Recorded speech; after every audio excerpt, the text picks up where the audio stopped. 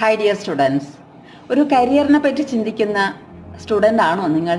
എങ്കിൽ നിങ്ങൾ ആദ്യം തീരുമാനിക്കേണ്ട ഒരു കാര്യം, അതായത് നിങ്ങൾ ഈ സൊസൈറ്റിയിൽ ജീവിക്കുമ്പോൾ നല്ല ഒരു മനുഷ്യനായി ജീവിക്കുവാൻ, അതേപോലെ തന്നെ നല്ല രീതിയിൽ മറ്റുള്ളവരാൽ ആദരിക്കപ്പെടുകയും ബഹുമാനിക്കപ്പെടുകയും ചെയ്യുവാൻ ആഗ്രഹിക്കുന്ന ഒരാളാണെങ്കിൽ നിങ്ങൾ 3 സാഹചര്യങ്ങളെ പറ്റി അറിഞ്ഞിരിക്കുക.